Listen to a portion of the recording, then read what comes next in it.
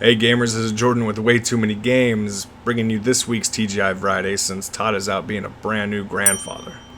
As Todd mentioned during last week's episode, I have recently purchased an Oculus Rift and I wanted to spend this episode giving my opinions on the differences between it and the PlayStation VR. I'm not going to get into the nitty-gritty specs, but just want to give my opinion from having hands-on with both headsets. So, welcome to episode 5 of TGI VRiday. But before I dive into the comparisons, I just want to preface this video by saying that PSVR was my first real look into VR. And before I tried it myself, I scoffed at it pretty heavily. I was convinced it was just going to be a quick cash grab by Sony recycling the Move tech, the camera and the wands and all of that.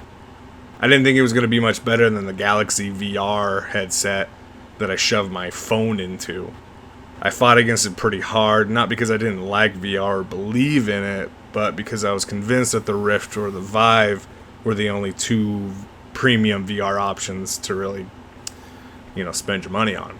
After weeks or even months of Todd and my other friend Steve badgering me, I decided to snag a PSVR off Craigslist. At the time I knew I still wanted an Oculus or Vive, but I just didn't have the money to upgrade my PC and the over $600 headset setup and all the sensors and all this stuff. At the time when those both launched, they were very expensive. And since I already had a PlayStation 4, it was a simple decision. And boy, was I wrong about the PSVR. Like, really, really wrong. Immediately, I tossed out that crappy Galaxy headset, and I fell completely in love with the PSVR. Until Dawn Rush of Blood is amazing and still one of my favorite VR games for the PSVR. And it is one of the games that I show my friends and family who've never VR'd before. The first game. They love it. Scares the crap out of them. But it also gives them a good sense of what VR really does with the immersion. After that, after apologizing to Todd and Steve, with a lot of I told you so's, I was content with my PSVR, and I mostly forgot about the other options. But fast forward to Black Friday 2018, I upgraded my PC, which was long overdue. And with Christmas rolling around soon after, I saw Oculus was running a $350 bundle deal on the 2 sensors, the headset, and 2 of their touch controllers. I just had to jump in on that deal because there's been so many games now for the Rift that have come out with Steam VR and its own exclusives that I had to buy it. So, let's get into the comparisons, shall we? First, we're going to start with the initial setup. Then we'll go into the comfortability, visual quality, the tracking and controllers, and our last one would be for the games library. So let's start off with the initial setup. Let's get into it. The PSVR was simple. If you have ever used any sort of pass-through device, you will already be familiar with the process. Essentially, Sony uses a separate pass-through called a breakout box that helps process object-based 3D audio, displays social screens like mirroring mode and a separate mode, and displays system software interface in a cinematic mode. Regardless, it's just an extra box to plug in and uses up a power outlet. You then just plug in the PS camera and aim it where you'll be gaming. It's a pretty simple setup. Oculus, on the other hand, has a much more involved setup that requires driver updates, software downloads, and will need 3 USB 3.0 slots and an HDMI. Thank goodness my new computer is upgraded with a new motherboard that has a lot of USB 3.0s, something people should definitely think about before buying a Rift. Once everything is set up, there is a lengthy tutorial that brings you through setting up your safeguard space, which is pretty intuitive since you basically map out your boundaries with your controllers. This lets the software know when you're straying too far and will alert you when you're near the play border. The setup really isn't too bad, but I unfortunately ran into a faulty sensor which caused me an entire day of troubleshooting and an eventual return. I can't really fault that since there's always a chance of hardware being faulty, but it still happened.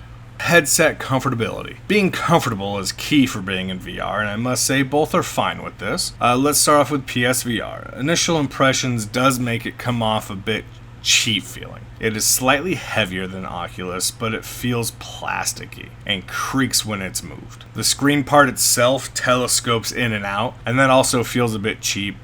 Inside there are some cheap, flimsy rubber pieces that help keep light out, and they aren't very securely pushed into the plastic holes.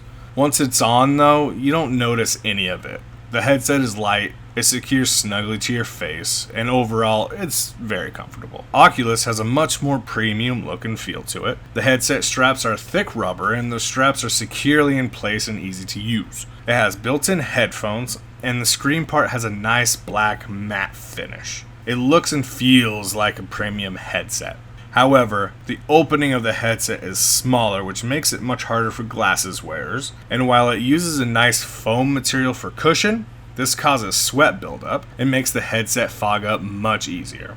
Plus, that's just kinda gross after a while. Unlike the PSVR, you can't telescope the screen out to air out your face and defog the glasses. And honestly, looking back at it now, I kind of prefer the flimsy rubber guards inside because it doesn't trap as much heat. The headset is slightly lighter than the PSVR, 1.03 pounds versus 1.34 pounds, but the difference really isn't enough to be noticeable.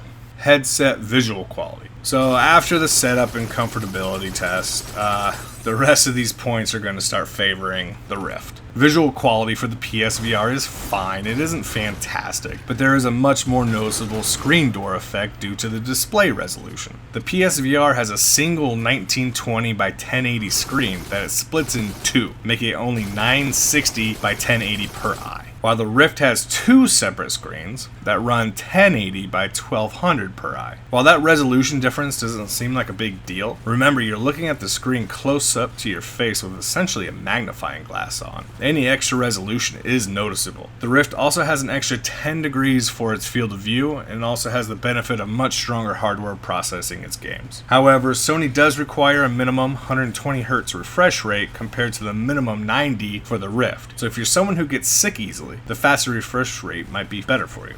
For tracking, the Rift shines brilliantly. The touch controllers and the two bundled sensors work fantastic, and it is extremely smooth. If you want full room scale, you'll need an additional third sensor, which of course takes another USB slot, and of course increases the total price of this entire setup even more, but it is well worth it. Not only is the tracking phenomenal, but the addition of the joysticks along with the pressure sensitive buttons that allow you to move a few individual digits freely really add to the immersion. The difference between playing something like Superhot in the Rift compared to PSVR is pretty noticeable when you're trying to fling objects across the arena with accuracy. The PSVR Move controllers and camera work fine, but there is a noticeable difference on overall tracking quality and drifting. The PSVR does not support room scale as you are stuck to the confines of what the single camera can see. It does not support any guard features like Oculus since you won't be moving around much. The controllers lack thumbsticks. Devs have had to use face buttons to walk forward and back, and while this works decently, it isn't ideal.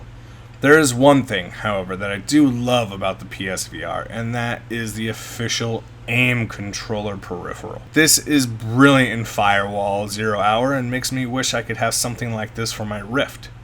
There are some do-it-yourself methods and some expensive third-party options, but it would be nice if Oculus had an official peripheral. Games library.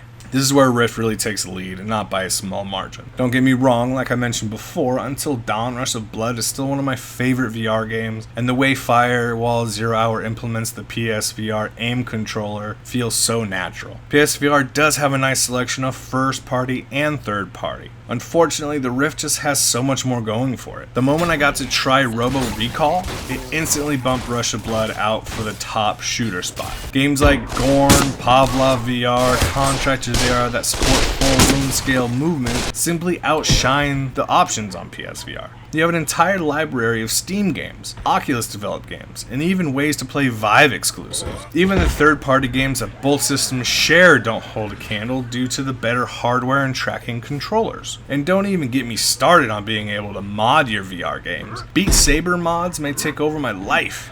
Being able to wield the Blades of Chaos and Robo Recall is bonkers. Simply put, the PSVR library can't hold a candle to the wealth of options and features the Rift can access. That's about it on my opinions between the two. Obviously, the Rift is the better option to go to, but if you don't have the money for the PC and the Rift, but you already own a PS4, it's an absolute no-brainer that you need to pick up a PSVR.